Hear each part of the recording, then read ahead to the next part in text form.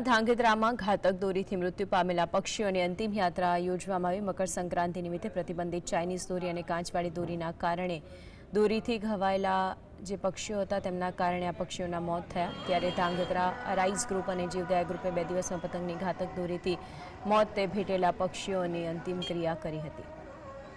Chinese દોરી અને ઘાતક દોરીનો ઉપયોગ ન કરવાનો નિયમ માત્ર કાગળ પર હોવાનું સુરેન્દ્રનગર જિલ્લામાં સામે આવ્યું છે।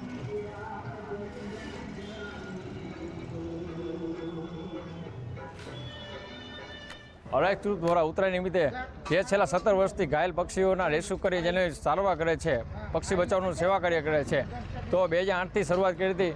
એ વખતથી અંદાજે 200થી 250 પક્ષીઓના રેસ્ક્યુ આવતા હતા, 100થી વધુ પક્ષીઓ મૃત્યુ પામતા હતા।